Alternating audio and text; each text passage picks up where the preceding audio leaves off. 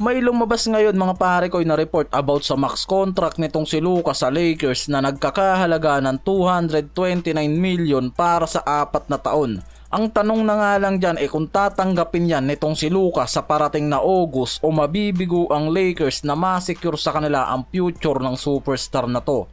Pero bago yan, dito muna tayo mga pare koy. Nakaisa na ngayon ang Warriors sa second round series nila kontra dito sa Timberwolves na nagtapos sa final score na 99-88. Literal na nadomina ng Warriors ang Timberwolves sa mismong home court ng mga to sa game 1. Nanalo sila dyan sa tulong nitong si Buddy Hield Butler sa opensa at itong si Draymond Green naman sa depensa. Sa first quarter and second quarter, sobrang ganda pa ng performance nitong si Curry at nakapagtala pa yan ng 13 points sa loob ng 13 minutes at may 5 of 9 mula sa field at 3 of 6 mula sa 3-point range bago siya lumabas ng laro dahil sa strain sa kaliwang hamstring. At yan mismo yung inabot na injury nitong si Curry. Sa first half pa lang mga pare koy, parang bumigay talaga yung hita nitong si Curry sa video na yan. Naglabas kasi agad ng report sa second quarter pa lang ng game about nga dito sa injury ni Curry.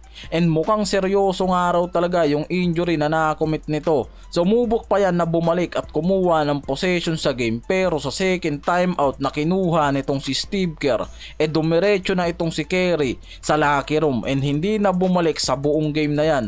And nakailalim ngayon yan sa MRI mga pare ko, and ang bad news 3 to 6 week yung potential na mawawala itong si Curry sa game ayon sa medical team ng Warriors kung papasok sa grade 2 yung resulta ng hamstring injury niyan. And kung grade 1 lang naman possible na 2 to 3 weeks, hindi pa rin maganda yung balita na yan mga pare ko.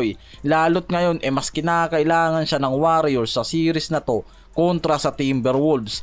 At isa yung injury na to ni Curry sa pinangangambahan ngayon ng Warriors.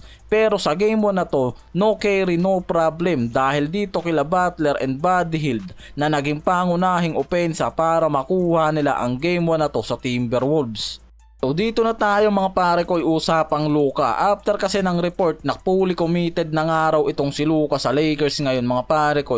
And ang gusto nga nito makuha ang championship title sa Lakers. Yan ngayon yung top priority nga raw nitong si Luka. May mga report kasi na ang Lakers handang magbigay kay Luka ng kahit anong structural contract na gugustuhin nito. Meaning na talagang grabe yung paborable ng Lakers, masecure lang ang future nila sa kamay nitong si Luka. Yan nga kung magiging qualified siya na mag-extend ng contract sa August na to na parating mga pare koy. Pero kung gugustuhin nga ni Luka yung pinakamahaba at pinakamataas na kontrata, maaari siyang mag-extend ng 4 na taon dito sa Lakers na may karagdagang 228 million mula sa kasalukuyang contract niya. Hindi to kasing laki ng 5 taon na contract niya mula sa 345 million na supermax sa Dallas nun, pero naputol yan since nang bitawan nga siya ng mga yan. At ayon mismo dito kay Luka sa report na fully committed na nga raw siya para maglaro dito sa Lakers. Sa sinabi niya na yan parang na-secure na rin ng Lakers ang future nitong si Luka kahit hindi pa to pumipirma ng kontrata. Hindi pa kasi qualified talaga itong si Luka para mag-sign ng supermax contract dito na nagkakahalaga ng 345 million sa 5 years contract na pwedeng ibigay sa kanya ng Lakers. Pero may mga option pa rin dyan ang Lakers para mag-extend ng kontrata to mula dito sa 4 na taong extension na nagkakahalaga ng 229 million nga. Yan yung possible na pirmahan nga nitong si Luka para sa August na parating mga pare koy.